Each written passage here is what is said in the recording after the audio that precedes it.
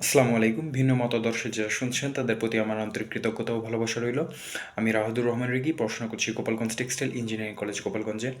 আজকে আমরা কথা বলবো বুটেক্স অধিভুক্ত যে 10টা টেক্সটাইল ইঞ্জিনিয়ারিং কলেজ রয়েছে, সেই ইঞ্জিনিয়ারিং কলেজের আবেদনের সময় যে কলেজ চয়েস লিস্ট, সেই ব্যাপারটা নিয়ে। মূলত এই ভিডিওটা আসলে অনেক আগেরই করার কথা ছিল, কিন্তু আসলে ব্যস্ততার কারণে আসলে করা হয়ে ওঠেনি।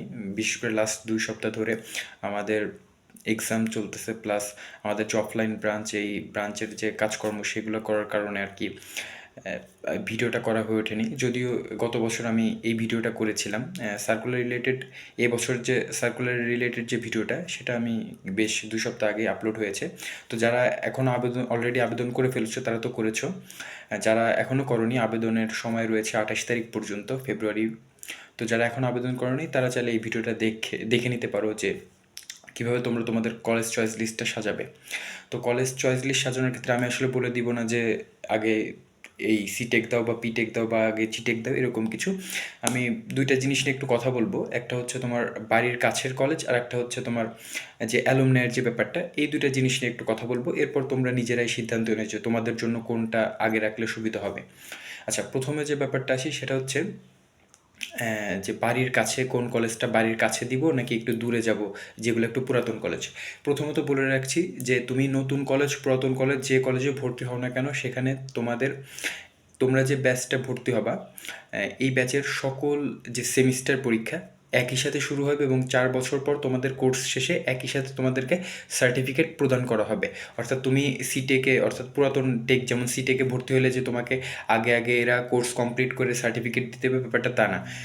তো এই সিটেকে যে ভর্তি হবে এবং এই যে সবচেয়ে নতুন যে দুটা textile engineering college, Sylhet textile এবং মাদারীপুর টেক্সটাইল, এই সিলেট বা মাদারীপুরে যে ভর্তি হবে, দুইজনেরই একই সাথে কোর্স শুরু হবে এবং 4 বছর পর তাদেরকে একসাথে সার্টিফিকেট প্রদান করা হবে। তাদের যে 8টা সেমিস্টার আছে, 8টা সেমিস্টারের পরীক্ষা একই সাথে শুরু হবে এবং একই সাথে শেষ হবে এবং রেজাল্টও একই সাথে দেয়। সবগুলো বুটেক্সের নিয়ন্ত্রণে থাকে। আচ্ছা, এখন আসি হচ্ছে ভাইয়া বাড়ির কাছে দিব নাকি যেগুলো পুরাতন টেক সেগুলোতে দিব। আচ্ছা, বাড়ির কাছে চাইলে দিতে পারো, কোনো সমস্যা নাই, কিন্তু পুরাতন টেকে দিলে অবশ্যই কিছু বেনিফিট তুমি পাবা। যেমন সিটেক, পিটেক, টেকেন, এই 3টা টেক বা বিটেক, এগুলো বেশ অনেক পুরাতন টেক। যেমন সিটেক পিটেকে 19তম ব্যাচ রানিং চলছে, টেকেনে 18তম ব্যাচ এবং বিটেকে বোধ হয় 15তম ব্যাচ রানিং চলছে। কম বেশি নাম্বারটা এদিক সেদিক হইতে পারে। তো এই 4টা টেক খুবই পুরাতন এবং Jhenaidah textile engineering college, Rangpur textile engineering college, আমাদের গোপালগঞ্জ টেক্সটাইল ইঞ্জিনিয়ারিং কলেজ বা জামালপুর, এগুলো মোটামুটি বেশ ভালোই পুরাতন হয়েছে। বিশেষ করে ঝিনাইদহ ভালোই পুরনো এবং রংপুরও মোটামুটি ভালোই পুরনো। আমাদের জিটেকে বর্তমানে 5ম ব্যাচ এবং জামালপুরে 4র্থ ব্যাচ রানিং চলছে। তো সেক্ষেত্রে তোমরা চাইলে পরে অবশ্যই পুরাতন টেকগুলোকে অবশ্যই রাখতে পারো চয়েস লিস্টের উপরের দিকে, কারণ পুরাতন টেকগুলোতে অবশ্যই তোমার অ্যালুমনাইটা খুব ভালো স্ট্রং থাকে। সেক্ষেত্রে তোমরা সিটেক, পিটেক বা টেকেন, এরপর বিটেক এভাবে রাখতে পারো। অথবা বাড়ির কাছাকাছি বরিশাল থাকলে পারে বা বাড়ির কাছাকাছি নোয়াখালী থাকলে পারে, সেগুলোকে আগে কম বেশি রাখতে পারো।